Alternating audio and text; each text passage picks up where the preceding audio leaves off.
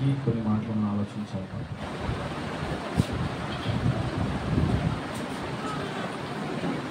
భూమి మీద బతుకుతున్న ప్రతి ఒక్కరికి కూడా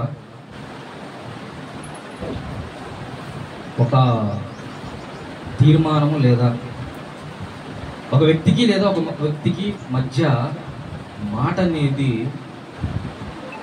ఎంత ప్రాముఖ్యమైనదో, దేవుడు మాట వినటం ద్వారా ఎన్ని గొప్ప కార్యాలు చేశాడో, మాట వినకపోవడం ద్వారా ఎటువంటి పరిస్థితులు తలెత్తాయో ఒకసారి ఆలోచించాలి. ఎందుకు ఈ మాట గురించి నేను ఆలోచిస్తున్నానంటే, దేవుడు మనకిస్తున్నది ఒక మాట, అరే ఇది చేయాలి, ఇది ఇటువంటిది చేయకూడదు. మనకు తెలుసు ఆదికాండంలో ఆదామవ్వ గారు ఒక మాట ఇచ్చాడు. ఆయన ఏ మాట? మీరు ఈ పండు తినవద్దు. ఒక మాట చెప్పాడు, ఈ పండు ఇగో ఈ వనంలో ఉన్న ప్రతి ఫలాన్ని మీరు తినండి, కానీ ఈ వృక్షముకు ఉన్న పండు మాత్రం మీరు తినద్దు అని ఒక మాట చెప్పాడు. ఆ మాటని వాళ్ళు అనుసరించారా? పాటించారా? పాటించలేదు. ఆ మాటను వాళ్ళు విడిచిపెట్టేశారు. అయితే దేవుడు ఆ మాటను విడిచిపెట్టడం ద్వారా వాళ్ళకి ఇచ్చిన పరిణామాలు ఏంటి? ఎన్నింటిని కోల్పోయారు? ఒకసారి చూద్దాం. ఆదికాండం 3వ అధ్యాయము 17వ వచనం. నీవు నీ భార్య మాట విని తినవద్దని నేను నీకు ఆజ్ఞాపించిన. దేవుడు ఆజ్ఞాపించిన మాట ఎవరికి? దేవుడు ఆజ్ఞాపించిన మాట ఎవరికి చెప్పాడు? పురుషునికి చెప్పాడా, స్త్రీకి చెప్పాడా? పురుషునికి ఒక మాట చెప్పాడు.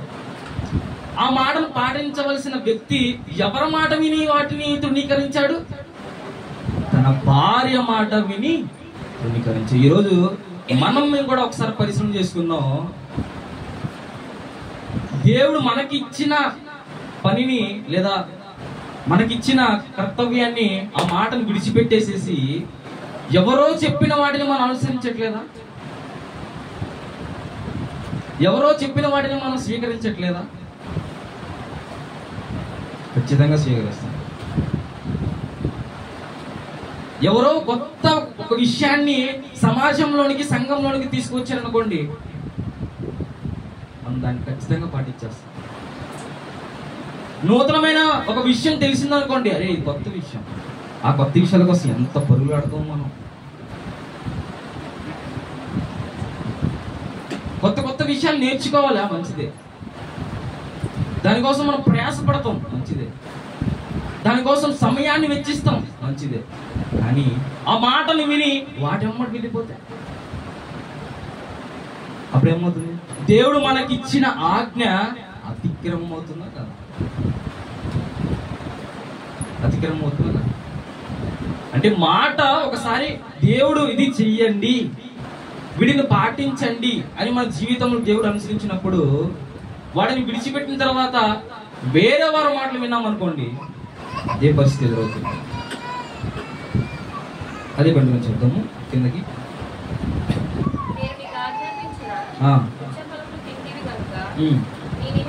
నీ నిమిత్తము నేల శపింపబడి ఉన్నది,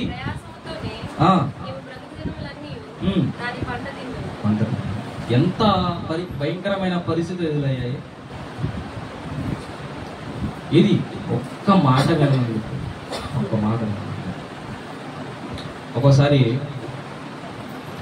చెప్తాం మనం ఏమన్నంటే, నా మాట వినుంటే ఇది జరిగేది కాదు కదా.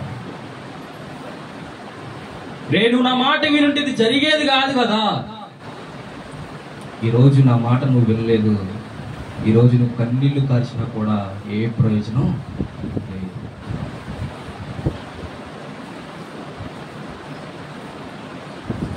మాట ఎంత ప్రాముఖ్యమైనదండి. ఒక తల్లిదండ్రుల విషయమే తీసుకోండి. తల్లిదండ్రులు ఈ పని చేయండి రా, ఈ కార్యక్రమం చేయండి రా, అక్కడికి వెళ్ళొద్దు, అది చేయొద్దు, ఇది చేయొద్దు, ఇలా ఉండండి అని ఒక వయసుకు వచ్చిన పిల్లాడికి అంత చక్కగా చెప్తారు చెప్పారు, ఖచ్చితంగా చెప్తారు. కానీ మాటను పెడచెవన పెట్టి నేను ఇది కావాలి, ఇది చెయ్యాలి, ఇది అనుసరించాలి, నాకు కావాలనుకుంటే ఎవరికి నష్టం? ఎవరికి నష్టం? తల్లిదండ్రులు వారు బిడ్డల క్షేమాన్ని కోరతారా, వారి నాశనాన్ని కోరతారా? తల్లిదండ్రులు వారి యొక్క క్షేమాన్ని కోరతారా, వారి యొక్క నాశనాన్ని కోరతారా? ఆన్సర్ చేయండి, చెప్పండి. వారి యొక్క క్షేమాన్ని కోరే తల్లిదండ్రులు మాత్రమే భూమి మీద ఉంటారండి. బయట వాళ్ళు మన క్షేమాన్ని కోరరు కానీ, మన అక్కర్లు తెలుసుకోరు కానీ, మన విషయాలు ఏమీ వాళ్ళకి అవసరం లేదు. కానీ ఒక తల్లిదండ్రులు మాత్రమే తన బిడ్డల క్షేమం గురించి ఆలోచిస్తారు. ఈరోజు మాటను విడిచిపెట్టే వారిగా ఒకవేళ మనం ఉన్నామో లేదో, ఆ మాటను అనుసరించి బ్రతుకుతున్నామో లేదో, ఏదో ఒక ఏజ్ వచ్చేసరికి తండ్రి తన కుమారుని మీద చేసుకోడు, తండ్రి తన కుమార్తె మీద చేసుకోడు. ఒక స్టేజ్ వచ్చిన తర్వాత బిడ్డల మీదకి తల్లిదండ్రులు ఎందుకు చేయవేయాలో తెలుసా? ఎందుకు కొట్టరో తెలుసా? ఎందుకు కొట్టరో తల్లిదండ్రులు? ఒక ఏజ్ వచ్చిన తర్వాత సిగ్గుచేటుగా ఉండిద్ది,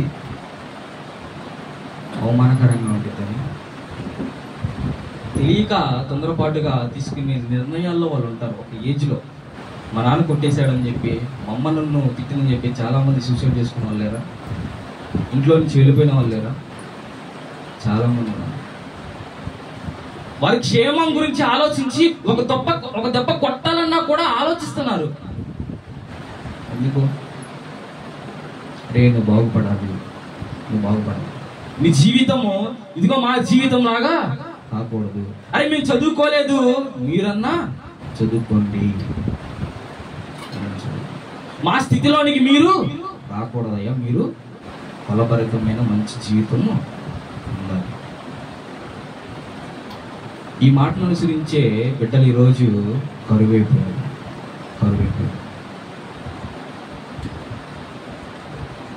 తల్లిదండ్రులు ప్రేమను పొందుకుని వాళ్ళ ప్రేమను అలుసుగా మార్చుకునే వాళ్ళు ఈరోజు కనబడుతూ ఉన్నారు. నానా ఇది తప్పు, నానా ఇది సరైనది కాదు, మంచి పద్ధతి కాదంటే నేను అట్టే వెళ్తానంటే ఒక టైం ఇస్తాడు, తాట తీసి కూర్చోబెడతాడు దేవుడు.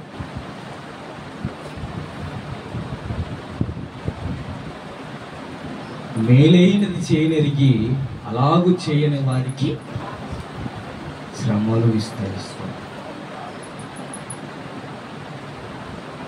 ఏమండి, ఏ పరిస్థితులప్పటికీ కూడా మాట వినేవారుగా ఉంటారు. ఒక మాట చెప్తానంటే ఈ మాట నాకు ఎందుకు చెప్తాను, ఈ మాట నాకు ఎందుకు చెప్తున్నారు నాన్న, ఇది చదువుకోవాలి. ఈ చదువు విషయంలో కూడా ఏమంటారు కదా సార్, నా ఇష్టం వచ్చింది చదువుకుంటా, నా ఇష్టం, నా చదువు, నా ఫ్యూచర్. నేను చాలామంది చూసాను, రేపొద్దున నువ్వు చెప్పింది నేను చదవలేదు కాబట్టి ఇదిగోండి ఈ స్థితి నాకు వచ్చిందంటే ఇదిగో నీ వల్లే అని ఎక్కడ తల్లిదండ్రులు మరలా వెనక అంటారని చెప్పేసి నీకు ఇష్టం వచ్చింది చదువుకోమ్మా అంటారు. చదువు కూడా నీకు ఇష్టం వచ్చింది ఇచ్చేసారండి. ఎందుకు నేను ఈ విషయాన్ని తీసుకొస్తున్నానంటే పిల్లరా, ప్రాముఖ్యంగా కావాల్సినది ఒక భయభక్తులు కలిగినటువంటి మాట. అనుసరణలో ఎక్కడో తేడాపడుతుంది. అనుసరించే విషయాల్లో ఎక్కడో తేడా పడుతుంది. ఇది ఎక్కడ లోపం, ఎక్కడ నాంది, ఎక్కడ పునాది, ఎక్కడ బీజం పడింది అంటే మాట. నీ మాట సరైనగా నువ్వు చెప్పగలిగితే, నీ మాట సరైనది అయితే నీ బిడ్డల అదే రీతిగా నడుచుకోవాలి. దేవుడు చెప్పాడు ఆ రోజు ఆదాముకి, ఇది తినద్దు, ఒక మాట ఇచ్చాడు. ఆ మాట వాళ్ళు వినకపోతే ఏం జరుగుతుందో మనకి చెప్పాడు. వినకపోతే ఏం జరుగుతున్న పరిణామాలు ఎదురవుతున్నాయి. మాట విన్న నోహ గారు ఏమయ్యారు? మాట విని 100 సంవత్సరాలు ఓడ కట్టడానికి కూడా ఆయన వెనుక తిరగలేదే. నీవు నా కొరకు, అంటే నీ కొరకు ఒక ఓడను నిర్మించుకోండి. విన్నాడా లేదా? దేవుడు చెప్పిన మాట విన్నాడు కనుకనే ఆయన కుటుంబం రక్షింపబడింది.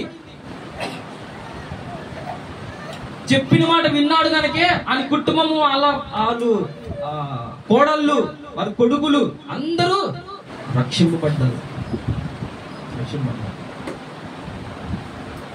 అంటే మాటకున్న ప్రాధాన్యత ఏంటండి? నీ భవిష్యత్తు, మన భవిష్యత్తు ఎక్కడ ఉందయ్యానంటే వినుటలోనే ఉంది.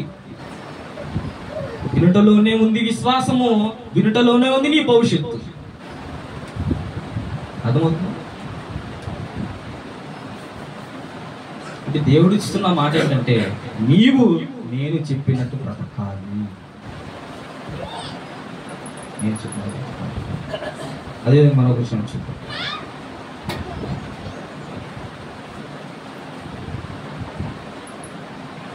కీర్తన గ్రంథం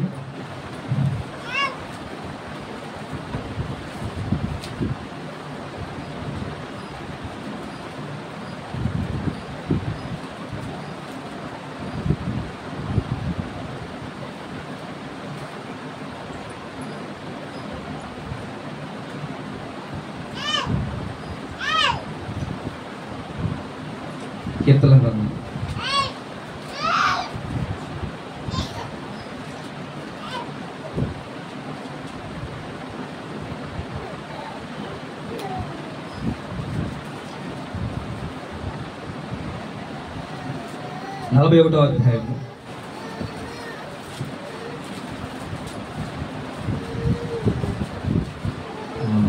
7వ వచనం చదువుతా. నన్ను ద్వేషించు వారందరూ కూడి నా మీద గుసగుసలాడుచున్నారు. నశింపజేయువ నిన్ను వారు నాకు కీడు చేయని ఆలోచించుచున్నారు. కుదరని రోగము వానికి సంభవించి ఉన్నది. వాడు ఈ పడక విడిచి తిరిగి లేవడని. ఒక్కసారి ఇక్కడ కొన్నిసార్లు మన జీవితంలో ఒక మాటను అనుసరించి మనం ముందుకు వెళ్తూ ఉన్నప్పుడు ఎదుటి ఉన్న వ్యక్తులు ఏమంటారు తెలుసా? ఇవే వర్డ్స్ వాడుతూ ఉంటారు.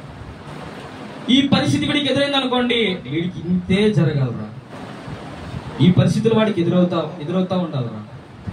కుదరని రోగం అంట వాడికి వచ్చి మరణ పడకముల నుంచి వాడు లగవకూడదు.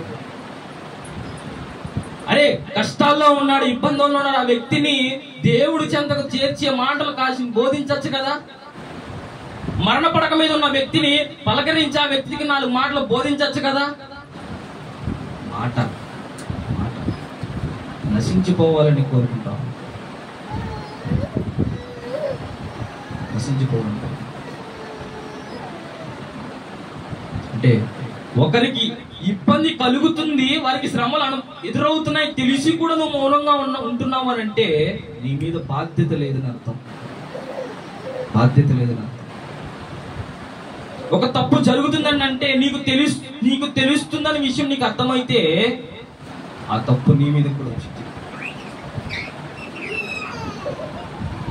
దాన్ని సమర్థించిన వాడు నువ్వే అవుతావు. ఎందుకు మాట చెప్తున్నానంటే మన కళ్ళ ముందు జరుగుతున్న పరిస్థితులు మనకు తెలుస్తూ ఉన్నప్పుడు ఆ తప్పును సమర్థించేవాడుగా నీవు ఉన్నావంటే ఖచ్చితంగా నీవు కూడా ఒక దోషిగా నిలబడాలి.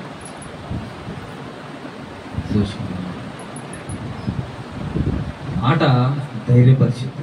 మరణ పడక మీద ఉన్న వ్యక్తిని కూడా దేవుని మాట బ్రతికించి మరలా కంటిన్యూ కింద కొత్త.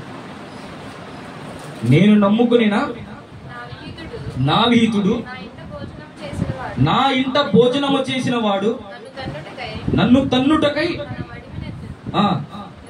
యెహోవా నన్ను కరుణించి లేవనెత్తెను. అప్పుడు నేను వారికి ప్రతీకారము. ఎవరు చేస్తారు? ప్రతీకారం చేయవలసింది ఎవరు? ఈరోజు ప్రతి ఒక్కరు ఏమనుకుంటున్నారంటే ప్రతీకారము నేనే చేయాలి, నేనే వారిని శిక్షించాలి, వారిని దండించాలి. శిక్షించడం నీవంతా, దండించడం నీవంతా, వారి తీర్పులోనికి తీసుకొచ్చడం నీవంతా కాదు. తీర్పులోనికి తీసుకొచ్చేది దేవుడు, శిక్షించేది ఆయన మాత్రమే, దండించేది ఆయన మాత్రమే. ఈరోజు జడ్జిమెంట్ ఇచ్చేస్తా ఉంటారు, తీర్పు ఇచ్చేస్తా ఉంటారు. ఏముంది? మాటేగా.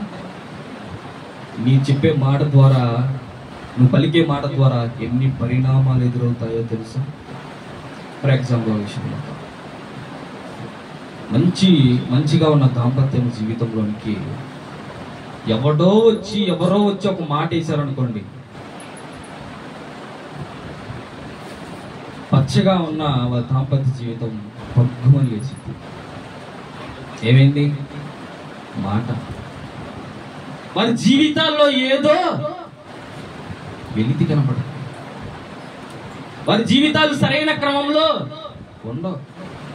దీని కారణమే వారు ఎదుర్కొనే ప్రతి సమస్యకు కారణం ఎవరు? ఆ రోజు అందించావే ఒక మాట, ఆ రోజు చెప్పావే ఆ మాట. అంటే మాటకి ఇంత పరిణామాలు ఎదురవుతున్నాయా? ఒక సమస్య ఎదురవుతున్నప్పుడు అరే వారు ఎదురుగా ఉన్నప్పటికీ కూడా వారి మాటలు కూడా నువ్వు లెక్క చేయని వాడిగా నువ్వు నిలిచి ఉన్నావంటే, విననేరికి కూడా వినలేనట్లుగా ఉన్నావు అనుకోండి, తప్పెవరిది? మనదే. అంటే మాట వినడానికి కూడా మనం ఎందుకంత నిర్లక్ష్యం చూపిస్తాం? అందుకని అంటున్నాడు ఆయన, వారికి ప్రతీకారము చేసేదను ఎందుకు నా శత్రువు నా మీద ఉల్లసింపక ఉండుట చూడగా నేను నీకు ఇష్టుడనని తెలియనాయను. నా యథార్థతను బట్టి నీవు నన్ను ఉద్ధరించుచున్నావు, నీ సన్నిధిని నిత్యము. ఎవరి యథార్థతను బట్టి? నీ ప్రవర్తన జీవితం యథార్థ ప్రవర్తన జీవితం కలిగి ఉంటే ఎవరో వచ్చి మాట్లాడాల్సిన అవసరము ఉండదు. మన ప్రవర్తన జీవితం మన సరైనదిగా ఉంటే, మన ప్రవర్తన జీవితం యథార్థంగా ఉంటే ఎవరో వచ్చి ఏదో మాట అన్నా కూడా మనకు ఖచ్చితంగా కూడా దేవుని యొక్క మాట మీద నిలబడి ఉంటాం. మాట కుడిమి కానీ ఎడమకు కానీ చుట్టిన మన ఇష్టం వచ్చినట్లుగా మనం మాట్లాడం. మన జీవితంలో ఏదో వెలితి కనబడుతూ ఉండిద్ది. మాట అనుసరించినప్పుడు ఎదుర్కొనే పరిణామాలు, మాట విననప్పుడు ఎదుర్కొనే పరిణామాలు.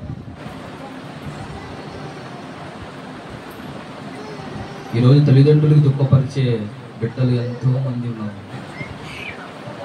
దుఃఖం కలిగించి కేవలము వారి యొక్క మానసికంగా క్షోభ ఏదైతే ఉందో బిడ్డలకి ఎంత క్షేమకరము కాదు.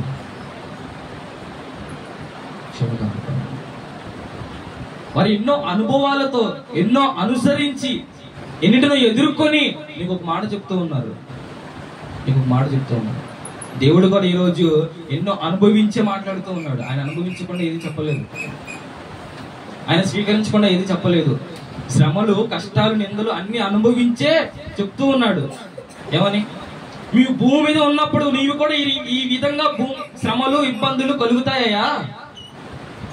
అయితే నువ్వేం చేయాలంటే ఓర్పుతో, సహనముతో అంతము వరకు నమ్మకంగా అంతము వరకు సహించిన వాడే రక్షింపబడును. శ్రమలు వస్తాయని తెలుసు, ఇబ్బందులు వస్తాయని తెలుసు, నిందలు వస్తాయని తెలుసు, అవమానాలు వస్తాయని తెలుసు, తెలిసి చెప్తూ ఉన్నాడు ఈ భూమి మీద శ్రమలు కలుగుతాయి, ఇబ్బందులు కలుగుతాయి. అది మాట ద్వారా కావచ్చు, ఎలాగైనా కావచ్చు. కలిగినప్పుడు నీ హృదయాన్ని నొప్పించేది ఏదైనా కూడా ఈ భూమి మీద కలుగుతూనే ఉంటది మనం చనిపోయేంత వరకు. అయితే మనం చేయాల్సింది ఏంటంటే దేవుడు చెప్పిన మాటను పాటిస్తూ ఆయన ఎందుకు భయభక్తులు కలిగి ఉంటే చాలు. మనం ఎక్కడ పడిపోతున్నామంటే ఇక్కడే పడిపోతాం. మాట వినకపోవడమే మన యొక్క తప్పు. వినటం వలన మనకు కలిగే ఆశీర్వాదము, ఒకసారి ఎన్నో వర్తమానాలు వింటున్నాం, మనకు దొరికే వాక్యపు సమృద్ధి నాకు తెలిసి ఎవరికి దొరకదు. సండే 2 మెసేజ్లు, బుధవారం క్లాసు, శనివారం విజ్ఞాపన, మరొక రోజు అన్ని ఏ రోజు కావాలంటే ఆ రోజు మనకి సమృద్ధిగా వాక్యం దొరుకుతుంది. సమృద్ధి మాటలు, ఎన్ని మాటలు వింటున్నాం, ఎన్ని మాటలు మనం నేర్చుకుంటున్నాం, ఎన్ని మాటలు మనం అనుసరిస్తున్నాం. మన జీవితాల్లో దేవుడు కోరుకుంటున్నాడు అంటే నీవు నా మాట వినాలి, నా మాట వినాలి. ఎవరో చెప్పారు, ఎవరో ఏదో అన్నారని చెప్పి వారి మాటలు అనుసరించామనుకో, ఖచ్చితంగా నీ జీవితం కూడా ఇదిగోండి ఆ పాతాళంలో పడే వేదన ఉంది సారా, ఆ వేదన కలుగుతుంది. దేవుడు కోరుకునేది ఏంటంటే నా మాట వినాలి. అందుకే పాట రాశాడు, నీ మాట జీవం గలదయ్యా, నీ మాట సత్యం గలదు. మాటలో ఉన్నది జీవం, మాటలో ఉన్నది సత్యం. పిల్లరా, నా మాట గురించి పోతూ ఉన్నాము. మనం ఒకే విషయం జ్ఞాపకం ఉంచుకోవాలి అంటే దేవుడు మనకి ఇస్తున్న ఆరోగ్యాన్ని బట్టి కానివ్వండి, దేవుడు మనకి ఇస్తున్న ప్రతి దాన్ని బట్టి కానీ, ఉన్నదాన్ని బట్టి కానివ్వండి, ప్రతి దాన్ని బట్టి నీ మాట నేను వింటున్నానా లేదు. రోజు కుటుంబాలలో ఎటువంటి పరిణామాలు, ఇబ్బందులు ఎదుగుతున్నాయంటే గల కారణం ఏంటో తెలుసా? అసమాధానంగా ఉంటున్నారంటే దాని గల కారణం ఏంటో తెలుసా? మాట వినట్లేదు. ఆ కుటుంబము భార్య కావచ్చు, భర్త కావచ్చు, బిడ్డలు కావచ్చు, తల్లిదండ్రులు కావచ్చు, ఎవరైనా కావచ్చు, దేవుని మాట వింటున్నారా లేదా? దేవుని మాట వినలేకపోతే ఖచ్చితంగా ఆ కుటుంబంలో అసమాధానం ఉంటుంది, సమాధానం లేని జీవితాలు ఉంటాయి. పిల్లలు ఎప్పుడైతే దేవుని మాట అనుసరించి ఉంటామో, దేవుని మాటలు ఆలకించి ఉంటామో, మన జీవితాల్లో సమాధానం, ఐక్యత, సంతోషము దేవుడు మనకి అనుగ్రహిస్తుంది. కాబట్టి అటువంటి మాటలు ఎన్నో వింటున్నాం, నేర్చుకుంటున్నాం కనుక వాటిని అనుసరించి మన కుటుంబాల్లో కూడా అవలంబించడానికి ప్రయత్నిస్తున్నాము. దేవుని యొక్క దీవెనను, సమాధానమును పొందుతున్నాం. ప్రార్థన చేసుకుంటాం. మహాగణుడు మహోన్నతుడు సర్వాధికారి ఇప్పటివరకు కొన్ని మాటలు గురించిన తల్లి మాటను గురించి తనకి కొన్ని విషయాలు తెలియపరిచాను. మాట విని వారు ఏ రీతిగా ఉన్నారు, వినని వారు తనకి ఎటువంటి పరిస్థితికి వెళ్ళారు. నేర్చుకునేంతంటే నా జీవితాల్లో తన ఎదురవుతున్న ప్రతి సమస్యని తన దానికి గల కారణం తనకి మాట వినకపోవడమే. ఎదురవుతున్న తన ప్రతి ఇబ్బంది, ఇరుకు మాట వినకపోవడం వల్ల ఎదురవుతున్నాయి. అసమాధానం తండ్రి మాట వినకపోవడం వల్ల జరుగుతున్నాయి. గ్రహించుకుంటుంది. ఎప్పుడైతే తండ్రి నాయన నీ మాటలు విని నీ ఎందుకు భక్తులు కలిగి జీవిస్తున్నాను, ఖచ్చితంగా మా జీవితాల్లో కూడా తండ్రి ఎన్నో అద్భుతమైన తండ్రి కార్యములు, ఎన్నో అద్భుతమైన తండ్రి నాయన సంతోషకరమైన కార్యక్రమాలు మా జీవితంలో ఉంటాయి. నేర్చుకునే తండ్రి వాటి ప్రకారం మేము జీవించుకోండి. ఇప్పటి వరకు తండ్రి నాయన మేము నీ మాట వినకపోయినలా తండ్రి, మా తల్లిదండ్రుల మాట వినకపోయినలా అయితే మమ్మల్ని క్షమించండి తండ్రి. మా సేవకుని మాట మేము వినకపోయినలా మమ్మల్ని క్షమించండి తండ్రి. మాటను వినేవారుగా తండ్రి, వాటి ప్రకారంగా నడుచుకునేవారుగా మా అందరికీ అటువంటి సమాధానము, ఐక్యతను, అటువంటి తన కృపను మీరు దయచేయమని ప్రార్థిస్తూ సమస్త మహిమ, ఘనత, ప్రభావాలు మీరు మాత్రమే పొందుకున్నాం. క్రీస్తు పేరటి ప్రార్థిస్తున్నాము తండ్రి. అందరికీ వందనాలు.